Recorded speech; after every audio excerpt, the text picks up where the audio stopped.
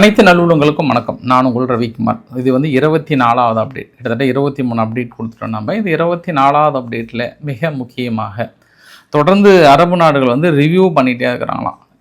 யார்? ட்ரம்ப்பை. இந்த ஆளை நம்பலாமா? கூட்டு சிக்கி விட்டுட்டு கம்பெனி எஸ்கேப் ஆயிடுவாரா? பெருசாக ரிவ்யூ பண்ணலாமான்ற அளவுக்கு பார்க்குறாங்க. அதாவது ஈரான் முன்னந்த மாதிரி அப்படியே நசன்ட்டு ஒரு மாதிரி பயங்கரமாக தாக்கல் அனுப்புறதை விட அப்படி சொல்லி வச்ச மாதிரி, எப்போ இன்றைக்கி 2 அனுப்பு, அங்கே எண்ணெய் கிணறு அடிச்சுதா, ஓகே 2 பேசடு, இந்த மாதிரி கவுண்டிங் ஃபுல்லாக குறைச்சிட்டாங்க. கவுண்டிங் குறைச்சாலுமே பதற்றங்களும் தாக்குதல்களும் இழப்புகளும் குறையல.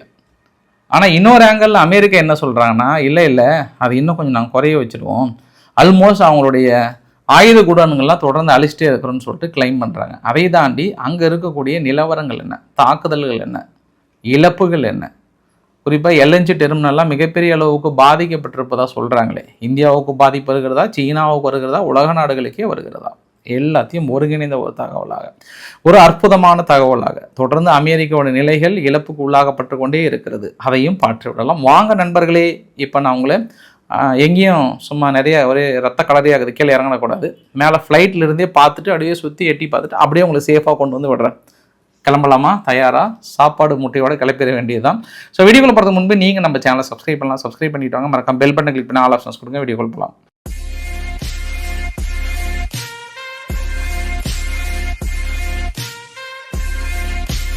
முதல் புகைப்படம் இது ஃபேக்குங்க, ஒரிஜினல் எல்லாம் இல்லை, ஏஐ மூலிமா சொல்லிட்டு இருக்காங்க. தொடர்ந்து இந்த ஒரு செய்தி பரவிட்டே இருக்குது.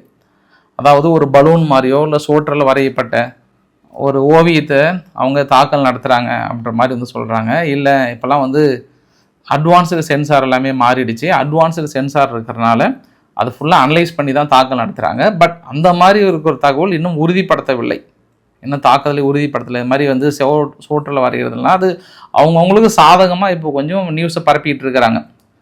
நான் உறுதியானா உங்ககிட்ட சொல்கிறேன், இருக்குன்னா இருக்குன்னு சொல்ல போகிறேன், இல்லைன்னா இல்லைன்னு சொல்ல போகிறேன். பட் அதை நம்புகிறவர்கள் நம்பலாம், ஒன்றும் பிரச்சனை இல்லை. அது அவங்கவுங்களுக்கு சந்தோஷத்தை கொடுக்குன்றது ஒரு கூடுதல் தகவல். ஆனால் பக்ரைனில் ஒரு சம்பவம், ஈரானை புகழ்ந்து பேசியிருக்காங்க, ஈரானை போர்ட்ரேட் பண்ணுறாங்க, அதனால் 4 பேர்த்து தூக்கிட்டாங்க. தொடர்ந்து பக்ரைனில் கைது பண்ணிட்டே இருக்கிறாங்க. அது மட்டும் இல்லை, கல்ஃப் கண்ட்ரீஸ்லேயே உத்தரவுலாம் கொடுத்துட்டாங்க, இதுக்கப்புறம்லாம் தூக்குப்பா கொட்டசாமி, எவன் என்ன பேசினாலும் சும்மா அங்கே வீடியோ இவ்வளோ அடிச்சிட்டாங்க, அங்கே அடிச்சிட்டாங்க, மக்கள் அலறி ஓடுறாங்க, மக்கள் தூக்கம் இல்லை அப்படின்லாம் சொல்கிறதெல்லாம் எல்லாத்தையும் தூக்குன்ட்டாங்க. ஏன்னா நேற்று கூட பாருங்கள், அங்கே துபாயிலிருந்து அமெரிக்க வீரர்களோட மனைவிகள் எல்லாம் இருக்காங்கல்ல, அவங்கள சேஃபாக கொண்டு போனாங்க. அவங்ககிட்ட பேட்டி எடுக்கும்போது அவ்வளோ அற்புதமாக பார்த்துக்கிறாங்க, எந்த ஒரு பதற்றம்லாம் இல்லை, ரொம்ப க்ளீனாக பார்த்துக்கிறாங்க. அரபு நாடுகளில் இருக்கிறவங்களோட நிலைமையும் அதே தான். அதாவது இங்கே ஊடகங்களும் மற்றவங்க என்ன அலறி அடித்து ஓடும் மக்கள் அப்படி இப்படின்னு நம்ம சொல்லலாம். அவங்க கிளியராக மக்களை டார்கெட் பண்ணலைங்க. ஈரான் எண்ணெய் கிணறுகளை டார்கெட் பண்ணுறாங்க, அமெரிக்காவுடைய பேஸை டார்கெட் பண்ணுறாங்க, அவ்வளோதான். மீதி அமெரிக்க வீரர்கள் எங்கேயாவது தங்கி இருந்தாங்கன்னா டார்கெட் பண்ணுறாங்க. அதனால் யாராவது இங்கே இருக்கக்கூடிய குடும்பங்கள் அங்கே இருந்தாங்கன்னா கூட ரொம்ப பதற்றமெல்லாம் அடையாதீங்க. ட்ரோன் வரும், சுட்டு வீழ்த்தும், போகும், மற்றபடி ரொம்ப அப்படியே பயந்துட்டுலாம் இருக்கும்ல, அவ்வளோ சேஃபாக பார்த்துக்கிறாங்க அரபு நாடுகள்ன்றதோ அதுவும் ஒரு கூடுதல் தகவலாக இந்த இடத்துல முன் வைக்க முடியும். ஆனால் ஈரானுக்கு ஆதரவாக கருத்து பதிவிட்டால் கைது செய்யப்படுவார்கள். இது நான் ஏன் திருப்பி சொல்கிறேன் அப்படின்னா ரொம்ப முக்கியமான பாயிண்ட். எங்கே அவங்க கல்ஃப் கண்ட்ரீஸ்லேயே ஈரானை பற்றியோ இல்லை மற்ற ஏதாவது பற்றியோ கொஞ்சம் சிம்பத்தி கிரியேட் பண்ணுற மாதிரியோ இல்லை ஐதர் காமெனி அவர்களை பற்றியோ ஏதாவது சும்மா அப்படி இப்படின்னு போட்டிங்கனாலே இந்த இடத்துல லாக் பண்ணுறாங்க. ஸோ கருத்து சுதந்திரத்தை கேள்விக்குறி வச்சுக்கோங்க. அப்போ நம்ம ஃப்ரீயாக தான் பேசிகிட்டு இருக்கோன்றது ஒரு தகவல். இன்னொரு தகவல் என்னென்னா, இப்போ காலையில் கிரம்ஷோர் ஏவுகணை ஈரான் நடத்தினாங்க இல்லையா, என்னதான் இஸ்ரேல் தரப்பில் அமெரிக்கா தரப்பில் கிளைம் பண்ணியிருந்தா கூட இது ஈரானுக்கு கிடைத்த ஒரு வெற்றியாக பார்க்குறாங்க. எப்படி வெற்றியாக பார்க்குறாங்கன்னா, ஒரு குழந்தை பறக்கிற மாதிரி ஒவ்வொரு தாக்குதலுமே ஈரானுக்கு. இப்போ பல விந்தணுக்கள் இருந்தாலும் ஒரே ஒரு விந்தணுக்கள் தான் போட்டி போட்டு போனாலுமே ஒரு விந்தணுக்கள் தான் ஒரு குழந்தை உருவாகுது இல்லையா, அதே மாதிரி தான் அவங்களும்.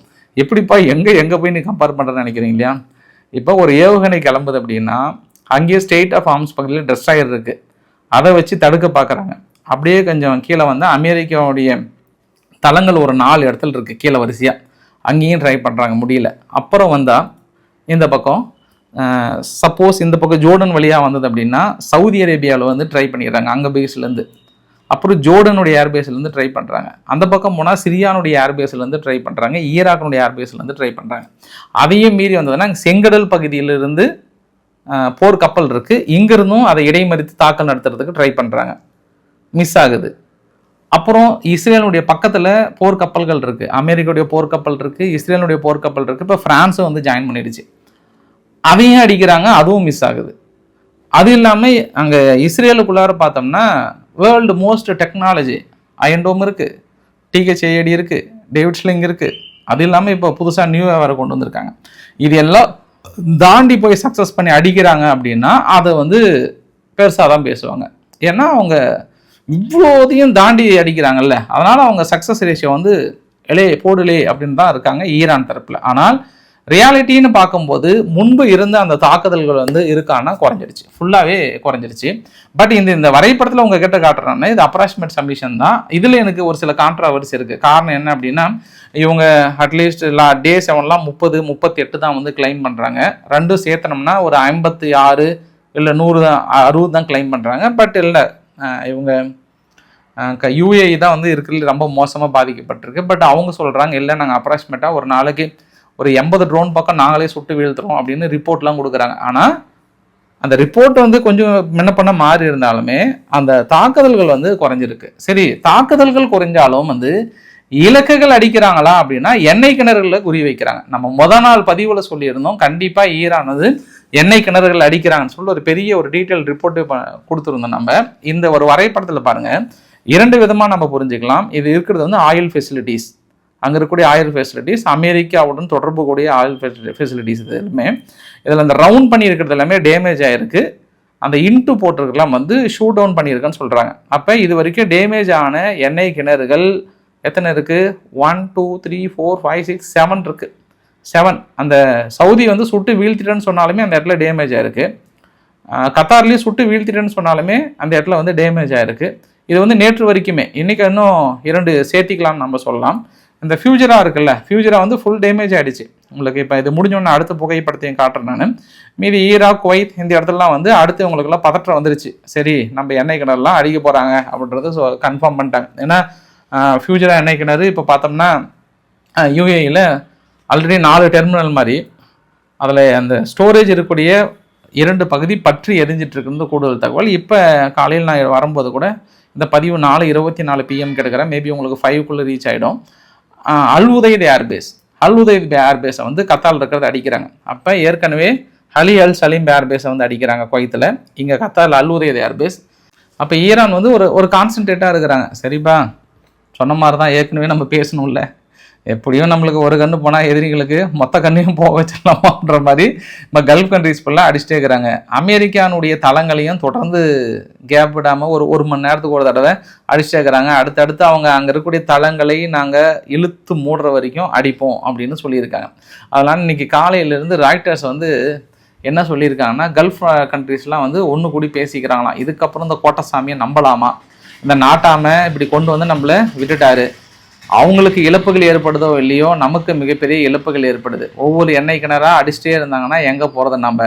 சரி, இன்னும் ஒரு 10 நாள் பார்க்கலாம், அதுக்குள்ளே இவங்க நம்மளால் காப்பாற்ற முடிஞ்சதுன்னா, இவங்களால் நம்மளை காப்பாற்ற முடிஞ்சதுன்னா ஹோல்டு பண்ணலாம், இல்லைனா நம்ம ரிவ்யூ பண்ண வேண்டிய ஒரு சூழ்நிலை வருதுன்றாங்க. அதனால தான் இந்த யுத்தம் வந்து இப்போ வாழ்வா சாவா சூழ்நிலைக்கு வந்துருச்சு. வாழ்வா சாவா சூழ்நிலை அப்படின்னா இப்போ அமெரிக்கா வந்து பாதியில் விட்டுட்டும் போக முடியாது. பாதி விட்டுட்டு போயிட்டாங்கன்னா நாளைக்கு யாருமே மதிக்க மாட்டாங்க அமெரிக்காவை. என்னதான் இவங்க வெற்றி அவங்களுடைய ஆயுதங்களை அழிச்சிட்டோம் மீதியெல்லாம் அழிச்சிட்டோன்னு சொல்லிட்டு போனால் கூட நீங்கள் விட்ட டைலாக் அது மாதிரி, மூக்கு இருக்கும், மொழி இருக்கும், கண் இருக்கும், காது இருக்கும், ஆனால் உங்களுக்கு வந்து உயிர் இருக்காது அப்படின்ற மாதிரிலாம் வந்து சொன்னாங்கல்ல. அந்த ஆங்கிளில் நம்ம பார்த்தோம்னா இப்போ இவங்க பாதியில் கிளம்பி போனாலுமே அது ஆல்மோஸ்ட் கொஞ்சம் அது ஃபெயிலர் தான். இப்போ ஈரான் தரப்பில் பார்த்தாலுமே வந்து அவங்க ரிஜிம் சேஞ்சுன்னா நீ பண்ண முடியாது, பண்ணி ஆளுங்களை அனுப்புறீங்களா, நாங்கள் வந்து தயாராக இருக்குன்ற கண்டிஷன் தான் அவங்க இருக்கிறாங்க. நீங்கள் சோதனை, அதாவது அரபு நாடுகள் ஒரு பக்கம் இழப்புகளை தான்னாலுமே அமெரிக்காவுக்குமே பெரிய இழப்பு தான். ஆல்மோஸ்ட் வந்து இன்ன வரைக்கும் அவங்களோட காஸ்ட் வந்து 50 பில்லியனுக்கு மேலே இது வரைக்கும் செலவாயிருக்குன்னு சொல்லியிருக்காங்க. 50 பில்லியன் அப்படின்னா அந்த டொமோவாஸ்க் மிசைல்ஸ், டிஹெச்ஏடியுடைய மிசைல்ஸ், பேட்ரியாட்டிக் மிசைல்ஸ், இது எல்லாமே காஸ்ட் அதிகம். அதனால் பென்டகன் என்ன சொல்லியிருக்காங்கன்னா, இன்னும் அடுத்த ஒரு பெரிய அளவுக்கான ஆயுத ப்ரொடக்ஷன் வந்து கேட்டிருக்காங்க, அடுத்த ஷிப்மெண்ட் வந்து இறக்கிறதுக்காக கேட்டிருக்காங்க. அதாவது இவங்க இது வரைக்கும் இடைமறித்து தாக்கல் நடத்தியதில்லை. அமெரிக்கா மட்டும் பாருங்கள் கடந்த 36 ஹவர்ஸில், இஸ்ரேல் மட்டும் கீழே இருக்கக்கூடிய கவுண்டிங் பாருங்கள், ஒவ்வொன்றுக்கும் தனிப்பட்ட முறையில் கவுண்டிங் போட்டிருக்காங்க. இது எல்லாமே அவ்வளோ ஒரு காஸ்ட் அதிகம். ஸோ அமெரிக்காவுக்கு மிகப்பெரிய ஒரு இழப்பு, அரபு நாடுகளுக்கும் இழப்பு. ஸோ நம்ம என்ன கன்க்ளூஷன் வரலாம் அப்படின்னா, அரபு நாடுகள் ஒரு பக்கம் ரிவ்யூ, இப்போ அமெரிக்காவுடைய ஆயுதங்கள் தொடர்ந்து தாக்கல் நடத்தினால அவங்களுக்கு 50 பில்லியனுக்கு மேலே தொடர்ந்து லாஸ், அது இல்லாமல் இன்னும் கொஞ்சம் கொண்டு வந்திருக்காங்க. இதையெல்லாம் தாண்டி அமெரிக்கா சக்ஸஸ் பண்ணுதா, ஈரான் சக்ஸஸ் பண்ணுதா அப்படின்றத பார்க்கலாம். நம்ம இனி நகருகின்ற நாட்கள் எல்லாமே வந்து ரொம்ப ரொம்ப ஒரு குரூஷியலாக, ரொம்ப ஒரு முக்கியமான நாட்கள். ஏன்னா வாழ்வா சாவா போராட்டத்தில் 2 நாடுகளுமே இறங்கியிருக்காங்க. யாருக்கு யார் ஜெயிக்க போகிறாங்கன்றது கூடுதல் தகவல். தற்போது வந்த தகவல், இஸ்ரேல் மீடியா என்ன கிளைம் பண்ணியிருக்காங்கன்னா, பென்குரியன் விமான நிலையம் வந்து தாக்குதல் நிகழ்த்தப்பட்டிருக்கிறதுன்னு சொல்லியிருக்காங்க. காலையில் டெல் அவிவ், இப்போ பென்குரியன் விமான நிலையம் வந்து தாக்கல் நிகழ்த்தப்பட்டிருக்கிறது அப்படின்னு சொல்லியிருக்காங்க. சரி, நம்ம இன்னும் கொஞ்சம் டெப்த்தாக பார்க்கணும் அப்படின்னா, இது ஈரானுடைய வரைபடங்கள். ஈரானுடைய வரைபடங்களில் காலையில் அவங்க கிளைம் பண்ணது என்னென்னா, நாங்கள் பெரும்பாலும் அவங்க ஆயுத குடோன்களை அழிச்சிட்டோன்னு சொல்கிறாங்க. இது பெரும்பாலும் ரொம்ப டார்க் ப்ளூ இருக்குல்ல, அது வந்து அமெரிக்கா நடத்திய தாக்குதல். அமெரிக்கா நடத்திய காரில் மேலே பாருங்கள் டேப்ரீஸ் இருக்கா, அந்த டேப்ரீஸில் தாக்கல் நடத்தப்பட்டது, அதுக்கான கீழே ஆதாரங்களும் கொடுத்துருக்காங்க. 2ன்ற நம்பர் பாருங்கள், அது தாக்கல் நடத்தப்பட்டது. அந்த புகைப்படங்கள் நம்ம நேற்றும் வந்து ஷேர் பண்ணியிருக்கோம். 3 பார்த்தோன்னா பஷீரர் கீழேங்க, அங்கே பெரிய ஆயுத குடோன்கள் இருந்திருக்கு, அந்த இடத்துல ஆல்மோஸ்ட் வந்து அழிச்சிட்டோம் அப்படின்ற மாதிரி வந்து சொல்கிறாங்க. மேலே 4, 5 ஐஆர்ஜிசியினுடைய ஃபெசிலிட்டிஸும், 5 வந்து குறிப்பாக ஆயுதங்கள் வந்து அண்டர் கிரவுண்டில் வைத்திருக்காங்க, அதையும் நாங்கள் அழிச்சிருக்கோன்றாங்க. ஸோ இவங்க இது ஃபுல்லாகவே ஆயுதங்களை மையப்படித்து அடித்த டார்கெட் மட்டும்தான் அவங்க போட்டிருக்காங்க. இது இல்லாமல் இன்னும் நிறைய தாக்குதல்கள் நடந்திருக்கிறது என்றதும் ஒரு கூடுதல் தகவல். அதாவது கீழே பேந்தரி ஜாக்குன்றிருக்கு, அந்த இடத்துல ஜாஸ்க், அந்த இடத்துல ஒரு போர்ட் 2 இருக்குது, அதையும் அடிச்சிட்டாங்க. ஆயுத குடோன்களும் இருந்ததாக வந்து சொல்கிறாங்க. ஸோ தொடர்ந்து அவங்களால போர்ட் எதுவுமே பயன்படுத்த முடியாத அளவுக்கு அடுக்கிறாங்க. சரி, இது ஆயுத குடோன்களை மட்டுமா ஈரானை மையப்படுத்தி தொடர்ந்து அடிச்சிட்டு இருக்காங்க அப்படின்னா, இது வந்து இஸ்ரேல் நடத்திய தாக்குதலில் அந்த ஈராக் பக்கத்தில் இருக்கக்கூடிய நிலைகள் இருக்குல்ல, அதையும் தேக்கிறேன்னு அவங்க தனியாக மையப்படுத்தி வந்து அடிச்சிட்டு இருக்காங்க. அப்போ இதுக்கெல்லாம் கோபத்தை எங்கே ஈரான் வந்து காட்டுறாங்கன்னா, பக்கத்தில் இருக்கக்கூடிய சிரியா மீது காட்டுறாங்க. சிரியாவில் அடுத்தடுத்து அவங்களோட நிலைகள், அதாவது இவங்களை யார் எதுக்குறாங்களோ அந்த குர்திஷ் நிலைகள் மீதும் அந்த தலைமையகத்தின் மீதும் ஈரான் விட்டு வைக்கவே இல்லை. கல்ஃப் கண்ட்ரிஸ் மீது எந்த அளவுக்கு தாக்கல் நடத்துகிறாங்களோ அந்த அளவுக்கான தாக்கல் நடத்துகிறாங்க. கிரவுண்ட் ஃபோர்ஸுக்கு தயாராக இருக்கிறது ஈரான் தரப்பில். ஆல்மோஸ்ட் நாங்கள் வந்து தயாராக தான் இருக்கோம், வாங்க உங்களுக்காக தான் காத்துட்ருக்கோன்றாங்க. பட் அமெரிக்கா கிரவுண்ட் ஃபோர்ஸ் அவங்க போகிறாங்களா, இல்லை குர்திஷ் அனுப்புகிறாங்களா, இல்லை குர்திஷ் அனுப்புறதுக்கான திட்டங்கள் இருக்கான்னு தெரியல. பட் இந்த பிளான் வந்து பெருசாக லீக் ஆனதுனால திடீர்னு பிளான் வேறு இடத்துல மாற்றுறாங்க அப்படின்ற மாதிரி வந்து காலையிலேருந்து அரசல் புரசலாக மறுவைத்த நபர்கள் சொல்கிறாங்க. வேறு இடத்துல மாற்றுறாங்கன்னா மேபி அசர்பைஜான்லேருந்து வழியாக கொண்டு வராங்களா, வேறு என்னன்றது மாதிரி தெரியல. ஆனால் இன்னும் அந்த இடத்தில் ஈராக்கில் இருக்கக்கூடிய எல்லை பகுதியில் ஒரு பதற்றம் தொற்றி கொண்டே இருக்கிறது. எப்போனாலும் கிரவுண்ட் ஆப்ரேஷன் தொடங்குறதுக்கான வாய்ப்புகள் இருக்குது. கிரவுண்ட் ஆப்ரேஷன்னா மொத்தமாக அப்படியே மறைந்திருந்தெல்லாம் திடீர்னு ஓடி வர மாட்டாங்க, ஒரு மாதிரி ஸ்பீடாக பெருசாக அங்கே டேங்க்கெல்லாம் உள்ளே வரணும், பயங்கர ஒரு ப்ரீ பிளான்டாக இருக்கணும். அட்லீஸ்ட் ஒரு 3 நாளில் பெருசாக தெரிஞ்சிடும். அதாவது மறைமுகமாக அந்த கொரில்லா தாக்குதல் மாதிரிலாம் வந்து கிரவுண்ட் ஆப்ரேஷன் தொடங்க முடியாது. அது இது ஈரானும் உணர்ந்திருப்பாங்க. அதனால் பார்க்கலாம். ஈராக்கில் இருக்கக்கூடிய பகுதி வந்து ரொம்ப ஒரு நுணுக்கமான பகுதி. அடுத்தது அங்கே ஹெஸ்புல்லாவுடைய நிலைகள் தொடர்ந்து நாங்கள் அடிச்சிட்டோன்றாங்க. ஏன்னா ஹெஸ்புல்லா வந்து 15 ராக்கெட் அனுப்பியிருக்காங்க. 15 ராக்கெட்டில் தான் ஒன்று பென்குரியன் விமான நிலையத்தில் விழுந்ததாக வந்து சொல்கிறாங்க. ஆக்சுவலாக அந்த வரைபடத்தில் பார்த்தீங்க அப்படின்னா 3 பகுதியில் இலக்குகளாக வைக்கிறாங்க. நீலக்கலர் இருக்கிறது கிரவுண்ட் ஆப்ரேஷன் தொடங்கிட்டாங்க.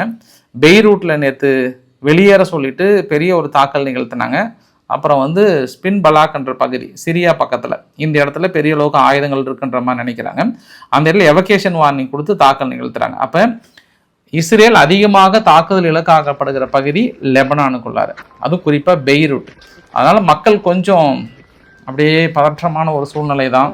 இங்கே போங்க அங்கே போங்கன்ற மாதிரி வந்து சொல்லியிருக்காங்க. இப்போ லெபனான் அரசாங்கம் வந்து ஹெஸ்புல்லாவுக்கு வார்னிங் கொடுத்துருக்காங்க, உங்களால் எங்கள் மக்கள் கொஞ்சம் நிம்மதியாக இல்லைப்பா, கொஞ்சம் பார்த்துக்கோ, சோதானமாக நடந்துக்கோங்கப்பா அப்படின்ற மாதிரி வந்து சொல்கிறாங்க. இப்போ நம்ம இந்தியா கிட்ட வரணும் அப்படின்னா, இன்றைக்கி அல்ஜசீரா என்ன சொல்கிறாங்கன்னா, இந்தியா வந்து ஒரு பேனிக் மோடில் இருக்காங்க. ஏன்னா நம்மக்கிட்ட எல்பிஜி இருக்கு இல்லையா, எல்பிஜி வந்து பெரிய அளவுக்கு ஷார்ட்டேஜ் வந்துடுச்சு. குளோபல் ஷிப்பிங்கை வந்து தடைப்படுறதுனால வந்து டெல்லி வந்து பேசிக்கலி கெஞ்சுறாங்களாம். எவரி ரெஃபைனரியை வந்து கொஞ்சம் இந்தியாவுக்கு கிடைக்குமா அப்படின்ற மாதிரி வந்து கெஞ்சிட்டு இருக்காங்க. இனி குக்கிங் கேஸ் வந்து இந்தியாவில் வந்து பெரிய அளவுக்கு பாதிக்கப்படுன்ற மாதிரிலாம் வந்து அல் ஜசீரா வந்து போட்டிருந்தாங்க. இந்தியா மட்டும் இல்லை, அல் ஜசீரா வந்து எவ்வளோ வன்மத்தை கக்குறாங்க பாரு.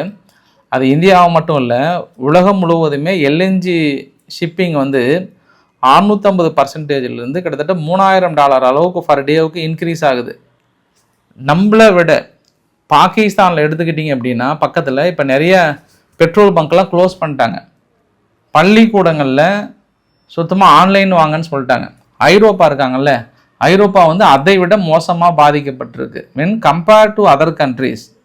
நீங்கள் இந்த விலையேற்றம்லாம், இப்போ பெட்ரோல் டீசல் விலையேற்றம் வந்து இந்தியாவில் நிலையாக இருக்குது, இன்னும் ஒரு சில நாடுகள் நிலையாக இருக்குது. ஆனால் நீங்கள் வெஸ்டர்ன் நாடுகளோ அந்த பக்கம் எடுத்தீங்க அப்படின்னா நீங்கள் மிகப்பெரிய அளவுக்கான ஒரு மாற்றம் இருக்கலாம். அரசியல் நிலைப்பாடு, இந்த கருத்துக்கள், எதிர்கட்சியோட கருத்துக்கள், ஆளுங்கட்சி கருத்துக்கள், அப்புறம் வந்து தலையீடு, இதெல்லாம் தாண்டி நாங்கள் இன்னும் விலையேற்றத்துக்கான வாய்ப்புகள் இல்லை, எங்ககிட்ட ஸ்டாக் இருக்குது அப்படின்னு சொல்லிட்டு இந்தியா உத்தரவாதம் கொடுத்துருக்காங்க.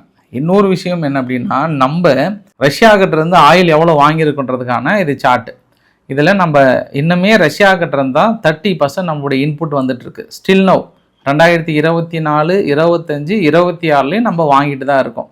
இதில் ஓடி வந்து கோட்டசாமிங்க நல்ல பேர் வாங்குற மாதிரி திடீர்னு இந்தியா நீங்கள் வாங்கிக்கோங்க அப்படின்னு சொன்னது தான் இங்கே பெரிய டேஞ்சர். அது எப்படி கையாளுறாங்கன்னு பார்க்கலாம். அடுத்தது நம்ம ஈராக்கு கிட்டேருந்து வாங்குறோம் 18%, சவுதி அரேபியா கிட்டேருந்து 14, யூஏஇ கிட்டேருந்து 11, அமெரிக்கா கிட்டேருந்து நம்ம வெறும் 8% தான் வாங்குகிறோம். இது வந்து அவங்க நீங்கள் 30 நாளுக்கு வாங்கிக்கோங்க, நீங்கள் 60 நாளைக்கு வாங்கிக்கோங்கன்னு அவங்க வந்து இந்த இடத்துல ஸ்கோர் பண்ணாலுமே ஆக்சுவல் ஃபேக்ட் என்ன அப்படின்னா நம்ம எங்கே வாங்கிட்டு தான் இருக்கோம். ஏன்னா ட்ரம்ப்பை பற்றியோ அமெரிக்காவை பற்றியோ இத்தனை நாள் உலக அரசியல் பார்த்தவங்களுக்கு தெரியும். சரி, அவர் ஒரு முந்திரி கொட்டை, எங்கனாலும் எல்லா உலகத்துலேயும் நான் தான், இன்க்ளூடிங் இங்கே தமிழ்நாட்டில் தொகுதி பங்கீடு நடக்குதில்ல, தொகுதி பங்கீடு கூட அங்கே ட்ரம்ப்புக்கிட்ட கேட்டு தான் நடக்கணும்னு கூடிய சீக்கிரத்தில் அறிக்கை வந்தாலும் வரும். அந்த அளவுக்கு அவர் இன்டெப்த்தாகிறார். எல்லா நாட்டிலையும் எல்லாருமே வந்து பனியன் ஜட்டி கூட என்ன கலர் போகணுன்ற அளவுக்கு வந்து மனநிலைக்கு மாறிட்டாங்க.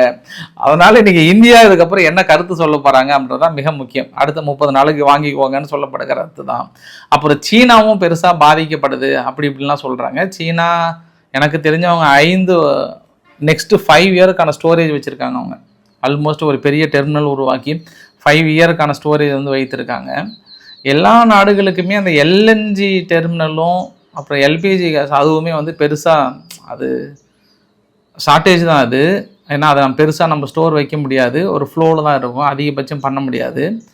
அதனால் அது எப்படி சமாளிக்க போகிறாங்கன்ற நம்ம பொறுத்து இருந்து பார்க்கலாம். அதை தாண்டி ஸ்டேட் ஆஃப் ஆர்ம்ஸ் பகுதியில் சீனா கப்பல் மட்டும் இல்லாமல் இந்திய கப்பல் மட்டும் இல்லாமல் இன்றைக்கி ஃப்ரான்ஸ் வந்து ரெக்வஸ்ட் வச்சுருக்காங்க. எங்களுக்கு வந்து 42 கப்பல் மாட்டியிருக்காங்க, அதை எப்படி வெளியெடுக்கிறதுன்னு தெரில. ஏன்னா அவங்களுக்கு வார்னிங் கொடுத்துட்டாங்கல்ல, அதாவது ஃப்ரான்ஸுக்கோ ஐரோப்பா நாடுகளுக்கோ வார்னிங் கொடுத்துட்டாங்கல்ல, அதனால் அவங்களும் இன்னும் அந்த கவலையில் தான் இருக்காங்க. அதனால் இந்தியா மட்டும் பெக்கிங்லாம் இல்லை, அந்த வார்த்தையை கொஞ்சம் ஆல்டர்னேட் பண்ணுங்கள். எல்லா நாடுகளுக்குமே அதே சூழ்நிலை தான். அதையுமே இன்னும் ஒரு வாரத்தில் நாங்கள் ரெக்டிஃபை பண்ணுறோன்னு சொல்லியிருக்காங்க. நகர்கின்ற காலங்கள் எப்படி வருதுன்னு பார்க்கலாம். ஃபைனலாக அந்த வீடியோ நிறைவு பகுதியில் ஜெலன்ஸ்கி கிட்ட வந்து முடிச்சிடலாம். ஜெலன்ஸ்கி கிட்ட முடிக்கிறதுக்கு முன்பு நான் இன்னொரு விஷயம் பேசுகிறேன். யூகேவில் ஈரானுக்காக ஸ்பை வேலை பார்த்தவங்க 4 பேர்த்த வந்து கைது பண்ணிட்டோம் அப்படின்னு சொல்லியிருக்காங்க. பாகிஸ்தானில் வந்து பெரிய ஒரு போராட்டம், ஃப்ரைடே ப்ரேயருக்கு அப்புறம் நடந்த போராட்டத்தில் கலவரமாக மாறி இருக்குன்னு சொல்லியிருக்காங்க. ஏற்கனவே 26 பேர் அதனால் இறந்து போயிருக்காங்க. தொடர்ந்து அமெரிக்காவுக்கு எதிரான போராட்டங்கள் வன்முறையாக வெடித்திருக்கின்ற மாதிரியான தகவல் அல் ஜசீரா வந்து சொல்லியிருக்காங்க.